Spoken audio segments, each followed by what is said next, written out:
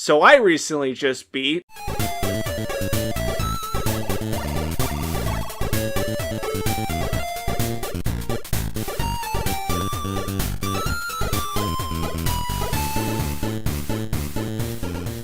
Shantae is a darn right gorgeous, charming, and often frustrating game that I'm glad I got to play, even if this is definitely not the best way to be introduced to the series if you're a newcomer. The story is enjoyable swashbuckling fluff, with Shantae and friends setting off to put a stop to Risky Boots' plans of gathering 4 elemental stones to make a super weapon. I like the entire game's cast, from the sweet Shantae as our protagonist to our dim-witted pals, right down to the overly seductive and catty Risky Boots as the villain. Everyone was a lot of fun to see interact with one another, even if they only had 1 or 2 scenes at most together. The game, while it might not appear to be at first, is actually a fairly basic Metroidvania, for better and for worse. I personally wish the game had just stuck to being a platforming title, as it tries to do a lot more than it can handle. From the stiff controls to enemies that take way too much damage, right down to the typical retro game cryptic bullshit, it definitely can be quite the annoying adventure. But it isn't all bad. I loved exploring the lands, talking to locals, finding new items, even if they were quite rare. Sadly, just a lot of the good is overshadowed by a lot of the bad. While they are usually tight, the controls can also be quite unresponsive, especially when playing certain mini-games or trying to use items. Combat was the bare minimum of what is acceptable, with attacks barely registering, and there are plenty of instant death traps and locking animations that can drain your health and lives in the blink of an eye. The live system is alright, but can be extremely tedious due to just how much backtracking there is if you die, since each major location is about a 5 or so minute screen away each time you need to go back. While this does get easier after acquiring certain powers, even with the warp spells, it can still be quite time consuming. Basically, if you die, if you still have lives, you start at the beginning of the screen you just entered from. If you game over, you go back to the previous save wizard you talked to. But the one saving grace keeping me from hating the game, you keep everything like keys, money, powers, and anything else you unlocked or have progressed in the dungeon. However, if you used any spells or potions, they are gone permanently. Same with money. Also, a really stupid issue is if an enemy hits you while you're using a health potion, the potion is instantly wasted. Sadly, the collectible squids for fast travel are poorly thought out, as often you can't collect all of them in the palace you're in on the first visit, needing to come back much later when you have the correct powers, but at that point, there is no reason since it's just faster to run or fly to where you need to go. Enemies are something I wasn't a fan of at all outside of their wonderful designs. They took way too much damage, especially at night, and often avoided being stun locked and got to go on to damage you instead. Not to mention how atrocious enemies with homing attacks were. Also often, it was simply impossible to avoid enemies, as they would jump out or blast you even if you did your best to avoid them. I should mention that there is a fairly fluid day and night cycle in the game. While it was visually cool, I hated just how much harder enemies became to fight because they strengthened up during the night, and there was no indication timer or anything to really allow you to prepare for night. It just happens out of nowhere. I despise how many instant death pits there were, as a lot of the time you'd have to make a blind leap of faith. Thankfully, the dungeons themselves are quick, painless, and outside the incredibly vile lack of a map, fairly easy to navigate. Honestly, the way that the main hub map would break off into different directions was more confusing than any of the dungeons. And what you do in the dungeons is exactly what you'd expect from a Metroidvania game. Get key, unlock door, get power, open more doors and other locations, collect goodies, and then finally go and fight the boss. The boss fights were meh. The only one I really liked was the Joust-like fight, and Risky's fight was the most frustrating, despite it having the most depth. But at least the other bosses are easy and done in like a minute tops. Mini games like gambling or dancing are things you should just never do. They aren't fun, and gambling, like real life, is just rigged. Also, the race with Ruddy Tops is just trial and error garbage that I did not enjoy. Stores were fine, if not extremely overpriced. I like that you could talk to the townsfolk. I was happy that the baths and saving were free, despite the fact that your new save constantly overwrites your old since only one save can be present per file. Using the transformation powers was fun in theory, but the fact that you had to put in a command every time you wanted to transform or teleport was really annoying because it would leave you open to attack, which, if so, would cancel the sequence you were just doing.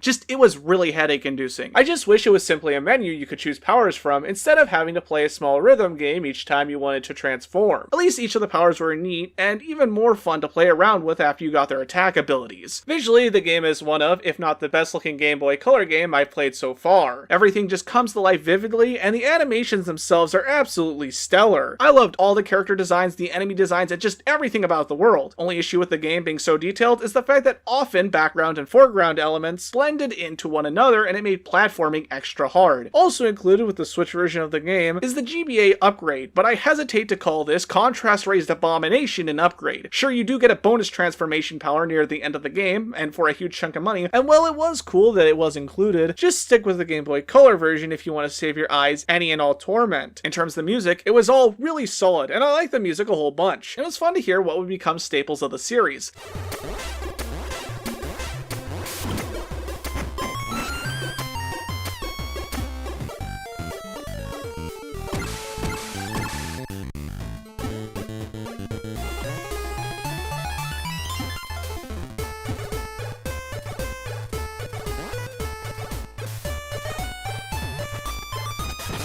Sound effects were the typical Game Boy beeps and boops.